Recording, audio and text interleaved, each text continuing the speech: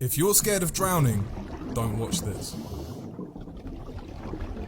In October 2004, Dave Shaw set a world record in the dark depths of South Africa's deepest freshwater cave, Bushman's Hole.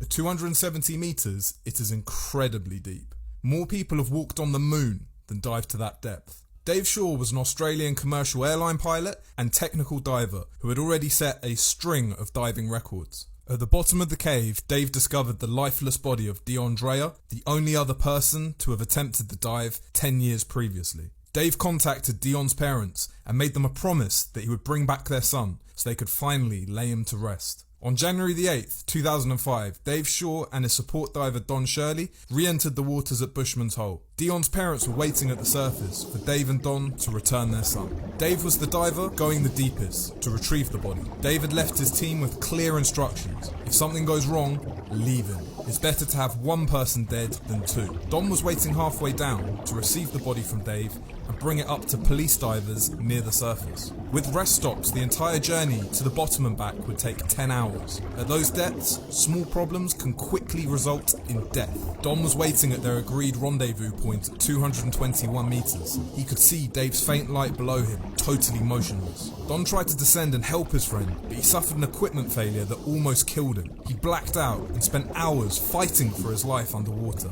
Eventually, he managed to ascend and scribbled a simple message on his slate: Dave's not coming back. From the footage recovered from Dave's headcam, we know that Dave had made it to Dion's body and began putting him in the body bag. Dave was at it for 2 minutes, but became tangled up in his loose line. In a confused panic, he managed to cut the line away. Eventually, Dave recovered Dion's body. He turned to ascend up to try to meet Don at their rendezvous point, but he got snagged again. 21 minutes into the dive, Dave began to pass out and then drowned.